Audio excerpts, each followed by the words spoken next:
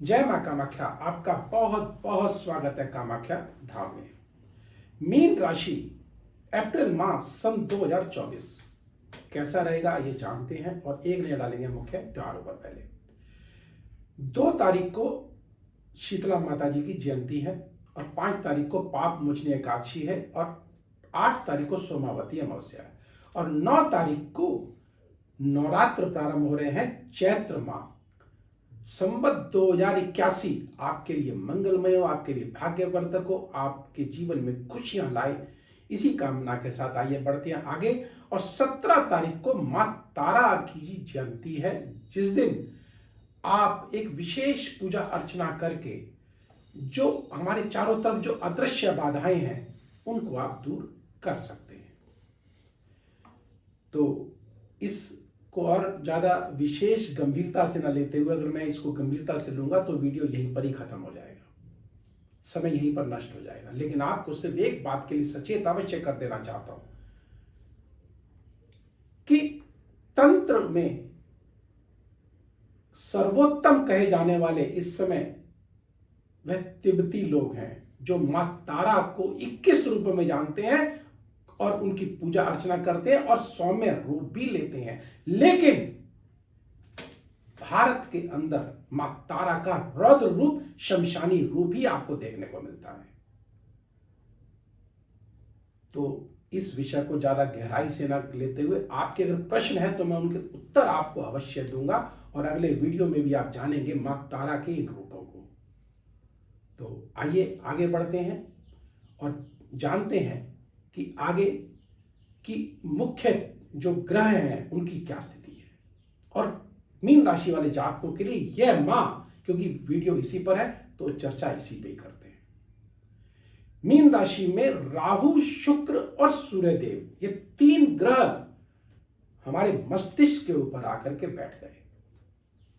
राहु की बात करते हैं तो यह अस्त व्यस्त कर देते हैं, जितने भी अच्छे और बुरे कार्य हैं वह सब राहु के अंतर्गत ही आते हैं। और आप खोज जो करते हैं वह भी राहु के द्वारा करते हैं और राजनीति में जाते हैं तो भी राहु के द्वारा जाते हैं, वैज्ञानिक बनते हैं तो भी राहु के द्वारा बनते हैं।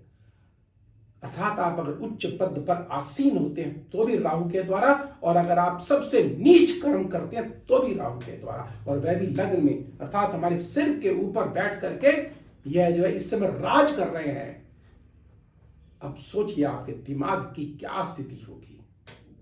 लेकिन इसके साथ साथ सूर्यदेव भी यहां बैठे हुए हैं जो कि पंक्चुअलिटी लाते हैं, आपको सम्मान देते हैं, प्रतिष्ठा देते हैं, ऊर्जा देते हैं, गर्मी देते हैं दिमाग को, और राहु के अस्तित्व को शांत करते हैं। लेकिन अगर आपकी कुंडली में, अर्थात मूल कुंडली में सूर्य की अगर अच्छी स्थिति है तो राहुदेव यहां पर शांत रहेंगे, और अगर सूर्य की स्थिति यहां पर विपरीत है, अशुभ है या नीच के हैं, तो आपके दिमाग को इतना भ्रमित कर देंगे कि आप कहोगे कि ये हमारे साथ जीवन में हो क्या रहा है।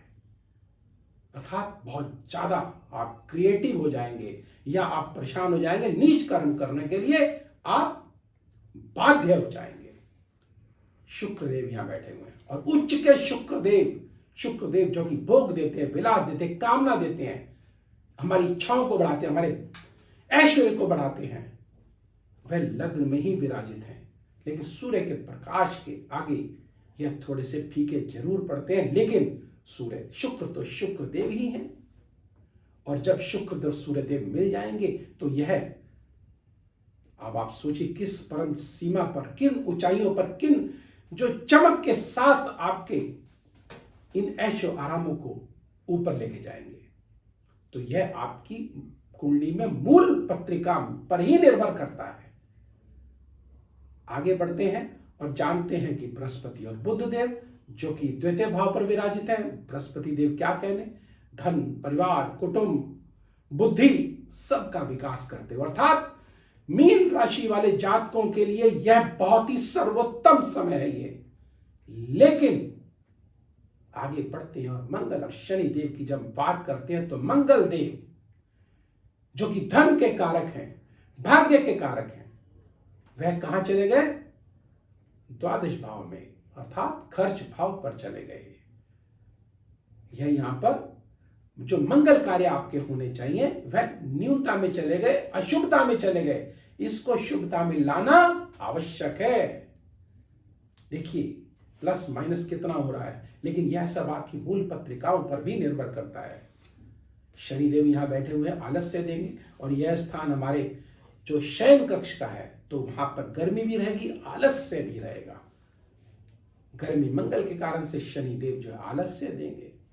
अब निर्भर आपकी मूल पत्रिका पर। फिर आ गया बात में, तो कहने का अर्थ यह है, आइए अब जानते हैं पहले कि उन तिथियों को जान लेते हैं जिन तिथियों पर हमको कार्य नहीं करना चाहिए। वे तिथियां कौन सी, नोट करिएगा। 18, 19, 23, 24 और 5, 6 और 30 तारीख, इन तिथियों भूल कर भी कार्य ना करें। अगर करना भी पड़े तो छोटा सा महा उपाय है जो कि मैं आपको हमेशा से बताता हूं, लेकिन इस बार ध्यान रखिएगा। आपने क्या करना है, 2 लौंग लेने हैं, अपने सिर के ऊपर से घुमा करके शनिवार के दिन अग्नि में जला देने हैं। और जो अपने भ्राताश्री हैं, भाई बंधु हैं या आस पड़ोस के भ्राता हैं जिनको आप अपना भाई मानते हैं, उनके साथ अच्छे संबंध बना के रखने हैं। तो निश्चितता यह आपका माह मंगलमय चमत्कारिक होगा और किसी प्रकार की समस्या से आप ग्रसित नहीं होंगे। और इस प्रकार की विशेष जानकारी अगर आप लेना चाहते हैं और जन्म पत्रिका का अगर आप अवलोकन कराना चाहते हैं, वह भी आप अपनी समस्या बताए बिना, तो आप हमसे संपर्क कर सकते हैं। नंबर स्क्रीन पर दिए गए, व्यक्तिगत रूप से भी आप हमसे संपर्क कर सकते हैं और मां कामाख्या के अचूक उपायों को करके अपने जीवन को सार्थक बना सकते हैं। और महाचंडी पाठ, वो भी तंत्रात्मक चंडी पाठ, अगर आप कराना चाहते हैं इन नवरात्र में, तो करा करके अपने भाग्य को चमका सकते हैं।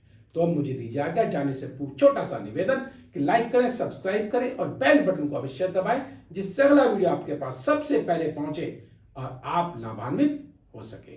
तो अब मुझे दीजिए आज्ञा। जय मां कामाख्या।